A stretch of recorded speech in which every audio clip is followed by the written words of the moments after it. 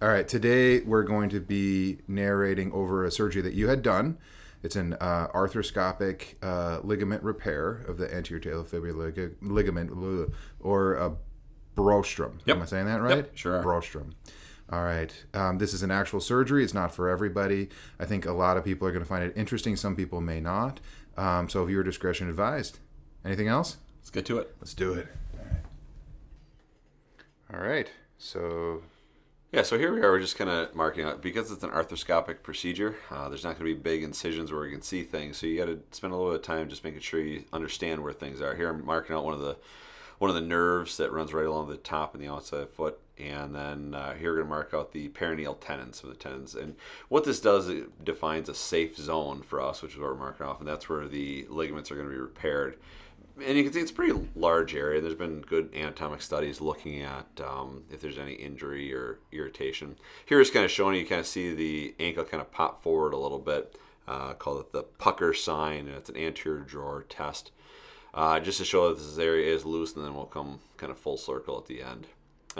Same thing too, an ankle joint is big if you're only a foot and ankle surgeon, small to everybody else, right? So what we do here is we kind of put some distraction to pull it apart, put some fluid in there just to expand it so that we can get in here. Yeah, I mean, this is typical arthroscopic procedure after this now. So you felt the joint. We're sort of spreading the tissue a little bit here. Yeah, again, always trying to be careful to not injure anything inadvertently underneath.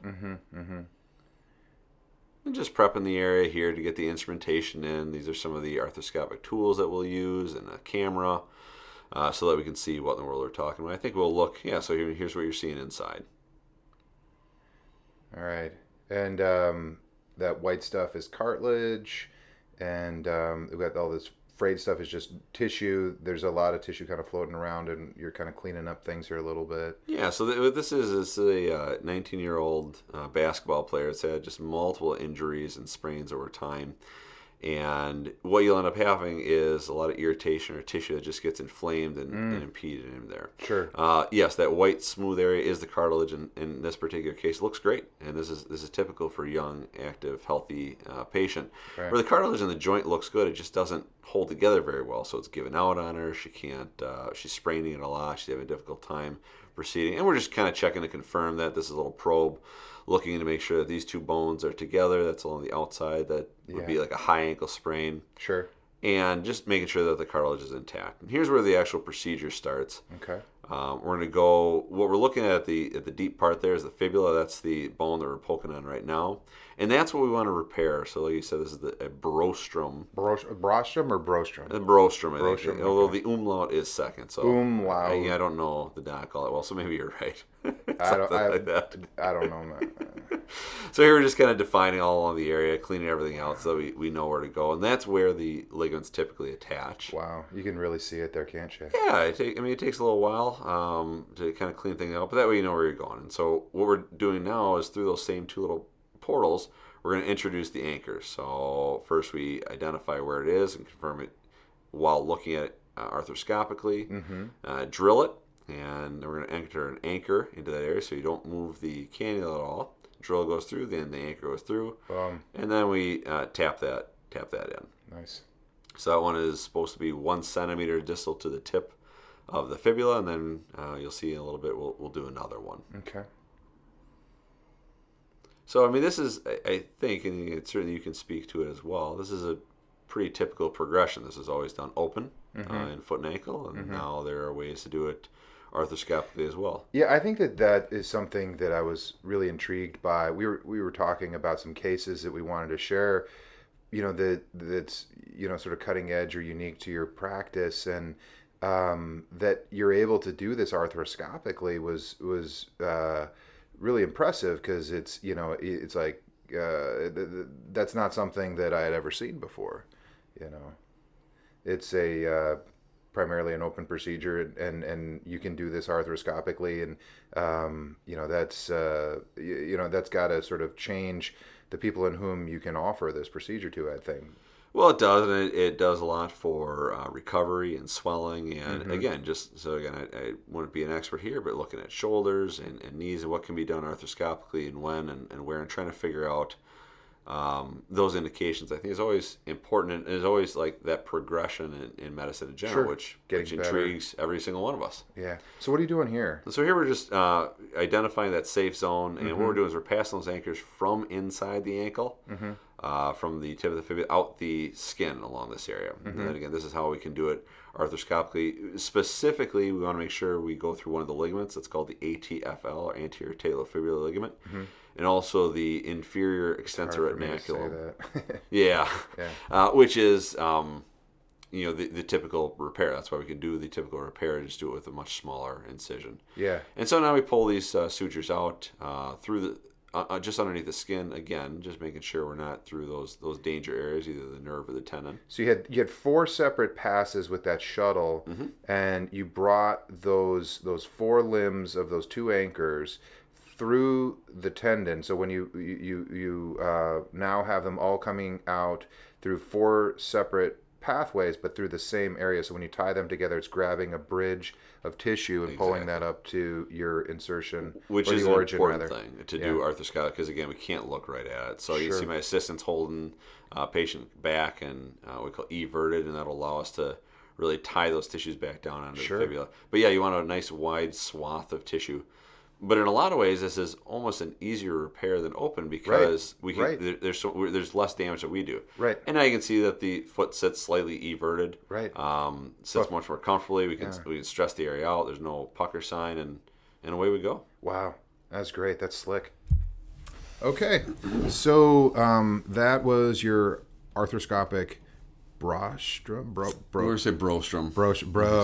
Broström. Yeah. Well, of course. Of course, it's Broström. Of course. That was really slick.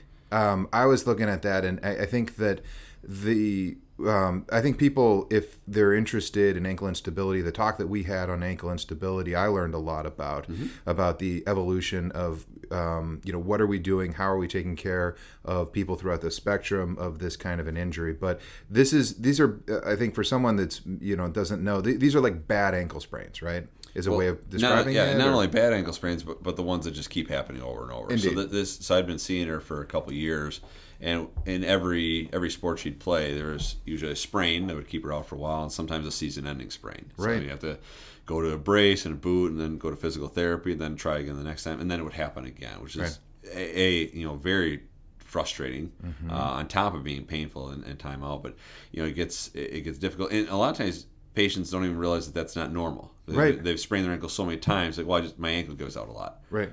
And you usually ask, well, does your other ankle do that? Well, no. Right. That's not normal then. Right. And there's ways this can be better. Right. And if people just sort of had that knowledge that, like, there are these, techniques that we can do for the right person that can make these things better. This is not a big whack. I mean, the largest incision you had there was less than a centimeter. Absolutely. Which is, again, so I still do plenty of open procedures. So you have a bigger incision. So this isn't the only operation, but it's the right operation for some people. Sure. We work through MRIs and imaging, whatever it takes to kind of make sure we can define that. Right.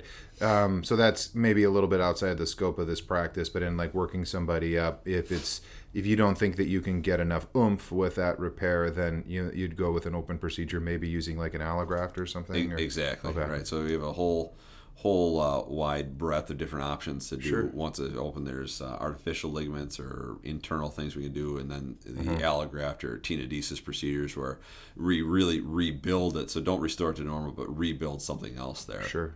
So, and this is not the center of my wheelhouse, but in repairing ATFLs, a lot of the industry will have, some things that I've been aware of is certain techniques that are like sort of all suture techniques with anchors on both sides, which I think is really unique about this is that you're using